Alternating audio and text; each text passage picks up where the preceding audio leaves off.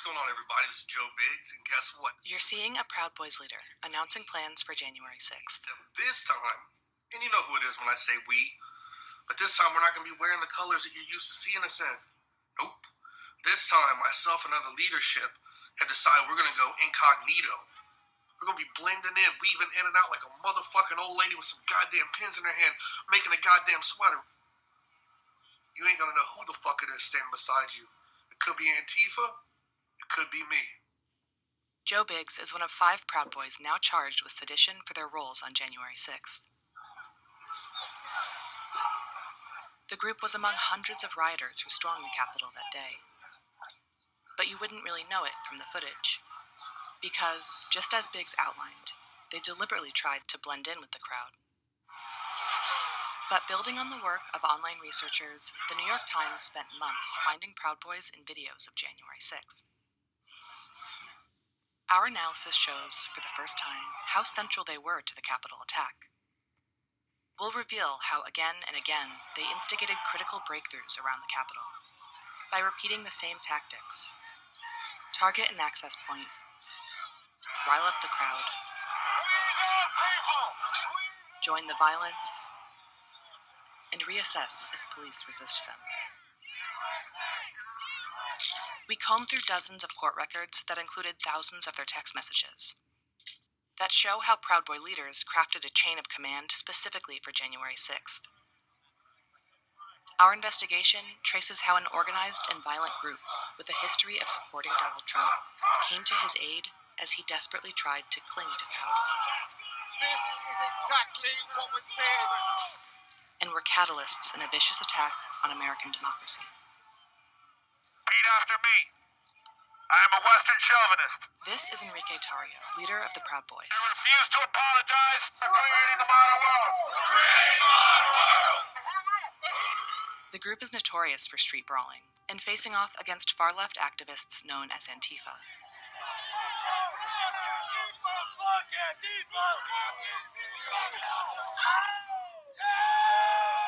When President Trump refused to disavow them in a televised debate, Would you like me to condemn white supremacists and right Proud militia. Boys? Stand back and stand by. Stop the steal! Tarrio responded by posting, "Standing by, sir." Validated by a sitting president, they became more political than ever. If you think Biden's going to fucking win, you're fucking and if he somehow does win, there's going to be hell to pay because Biden doesn't have these kind of people showing up.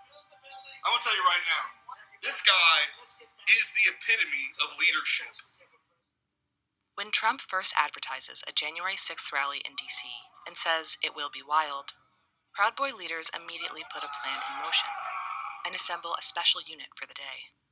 In text messages revealed by court documents, Biggs tells Tarrio, "Let's get radical and get real men." They enlist a hand-selected group out of thousands of members nationwide and chart out a leadership structure called the Ministry of Self-Defense, including over 90 recruits. The Proud Boys say this was to defend against Antifa, but messages suggest there was more to their mission. Some recruits are so-called rally boys, who are prepared to get rowdy. Leaders tell the recruits to, quote, "fit in or fuck off." Recruits are told to meet at the Washington Monument the morning of the 6th. And that's where we see their strategy for the day take shape. One of the leaders, Ethan Nordine, separates the top tier from recruits. Leadership organizer here, you guys stand by over to general members, okay? Please just divide right here. A court order prevented Tarrio from attending. So Nordine, Joe Biggs, and Zachary Rail lead the group. They set off, not for Trump's rally, but for the Capitol. It's this hand-selected group that we will follow through the day, some of whom have varying ties to the official Proud Boys organization. Telegram messages from that morning showed that some of the Proud Boys intend to rile up other protesters.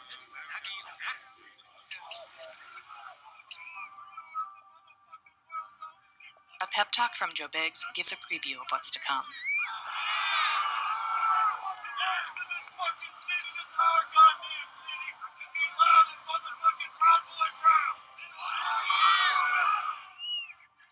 momentum builds as they near the Capitol. Stop right there anyway. Come on, tighten up.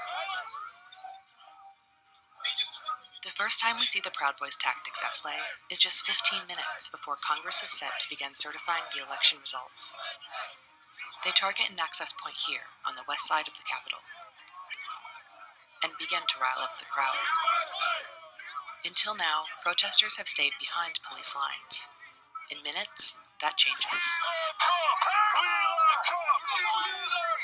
In what is widely viewed as a tipping point, a protester named Ryan Samsel talks to Joe Biggs and immediately confronts the police. Biggs and other leaders look on. Samsel later told the FBI that Biggs encouraged him to confront the police, something Biggs denies. As the crowd pushes forward, many of the Proud Boys join in. They start removing barricades and urge others on. Let's go.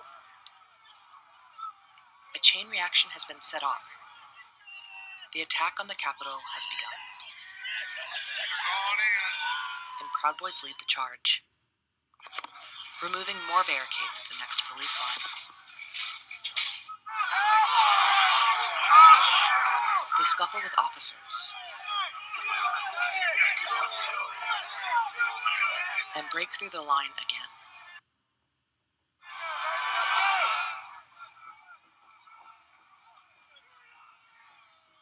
The crowd sweeps the West Plaza.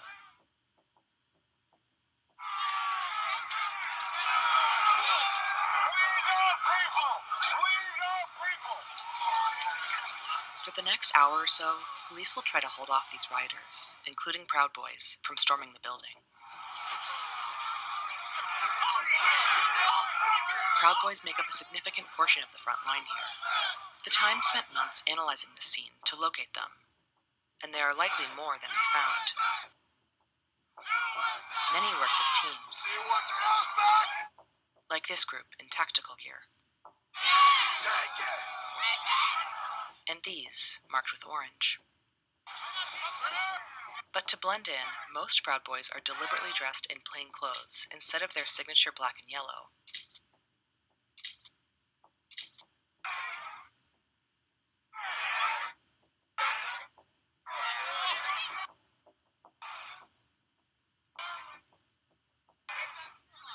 Again, some rile up the crowd.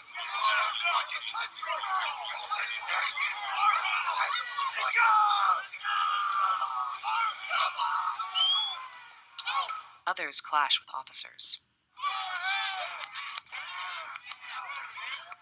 They're also communicating with each other at this time. On Telegram, a fellow Proud Boy tells the group to push inside the Capitol. One of the leaders responds, "We are trying." It's further evidence of their collective intent. Let's get him, boys! Come on!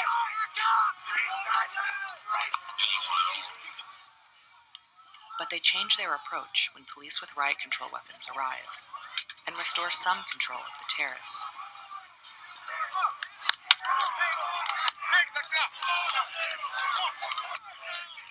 We know from their communications that leaders told members to expect contingency plans and that they'd work in teams.